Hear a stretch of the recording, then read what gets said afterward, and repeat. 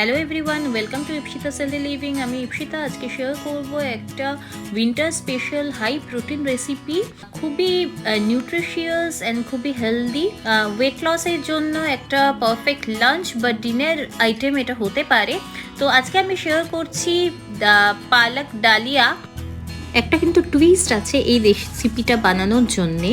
এই রেসিপিটা স্পেশালি যারা হস্টেলে থাকে বা যারা পিজিতে থাকে সেখানে হেলদি কিছু বানিয়ে খাওয়ার অপশন তারা পায় না, কারণ কুকিং অপশন কিছু থাকে না। তো তাদের জন্য স্পেশালি আমি কেটেলে কিভাবে একটা হেলদি রেসিপি বানানো পসিবল সেটাই কিন্তু আমি শেয়ার করেছি আজকে। তো চলো কিভাবে বানিয়েছি সেটা দেখে নিই। ফার্স্টে আমি 1 কাপ ডালিয়া নিয়েছি অ্যান্ড 1 কাপ সম পরিমাণ মুগ ডাল নিয়েছি অ্যান্ড সেটাকে খুব ভালোভাবে এবার ধুয়ে নেব অ্যান্ড কিছুক্ষণ সেটাকে ভিজিয়ে রাখতে হবে। আমি 30 মিনিট মতো ভিজিয়ে রেখেছি, কারণ ডাল যতটা ভিজে থাকবে ভালো নরম হবে, রান্নাটা তত তাড়াতাড়ি হবে। কেটেলের পাওয়ারটা অন করে সবার ফার্স্টে আমি ডাল অ্যান্ড ডালিয়া যেটা ভিজিয়ে রেখেছিলাম সেটা দিয়ে জল দিয়ে দিলাম কিছুটা। তারপর আমি কেটেলের অপশনটা বয়েলিংয়ে দিয়ে দিলাম, অফ ছিল, বয়েলিংয়ে দিয়ে দিলে দেখবে এই লাল লাইটটা জ্বলতে থাকবে অ্যান্ড এখানে ডালিয়া অ্যান্ড ডালটা সেদ্ধ হতে থাকবে।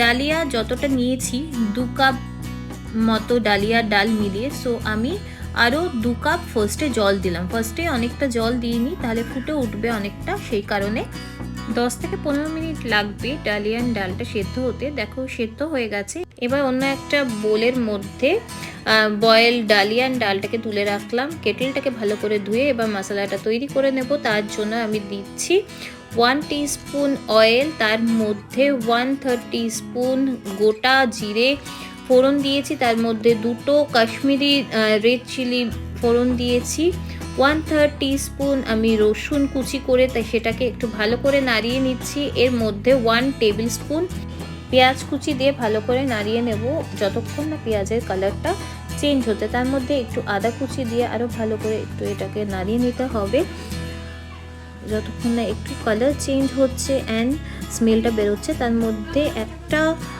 2 টেবিল স্পুন টমেটো পেস্ট দিয়ে দিচ্ছি। এবার এটাকে খুব ভালো মতো করে কষিয়ে নেব যতক্ষণ না কালারটা চেঞ্জ হচ্ছে অ্যান্ড শুকিয়ে যাচ্ছে।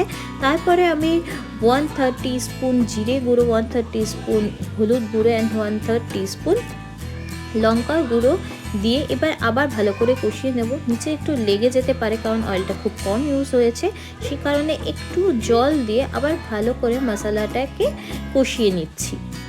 এরপর এর মধ্যে পরিমাণ মতো নুন ছড়িয়ে দিয়ে একটু আবার ভালো করে নাড়িয়ে নিচ্ছি অ্যান্ড একটু মশলাটা কষতে শুরু করলে আমি 1/3 টিস্পুন গরম মশলা পাউডার দিয়ে আবার ভালো করে কষিয়ে নিলাম অ্যান্ড নিচে অনেক সময় লেগে যেতে পারে, সেই কারণে আবার একটু জল দিয়ে ভালো করে কষাচ্ছি। মশলাটা কষে যাওয়ার পরে আমি পেস্ট করে রাখা পালংটা দিয়ে ভালো করে এবার কষতে দিতে হবে। আমি ঢাকনাটা লাগিয়ে দেবো কারণ এই সময় খুবই ফুটতে শুরু করে অ্যান্ড তারপরে মশলাটা ভালো করে কষে গেলে ডালিয়া সেদ্ধ যেটা করে রেখেছিলাম সেটা দিয়ে কিছুক্ষণ নাড়িয়ে নিলে আজকের পালক ডালিয়া রেডি হয়ে যাবে। এবার এর মধ্যে কিছুটা চিলি ফ্লেক্স ছড়িয়ে রেসিপিটা এখানেই শেষ করব। তো তোমাদের কেমন লেগেছে জানিও, রেসিপিটা ট্রাই করে কমেন্টে জানিও যে কেমন লেগেছে।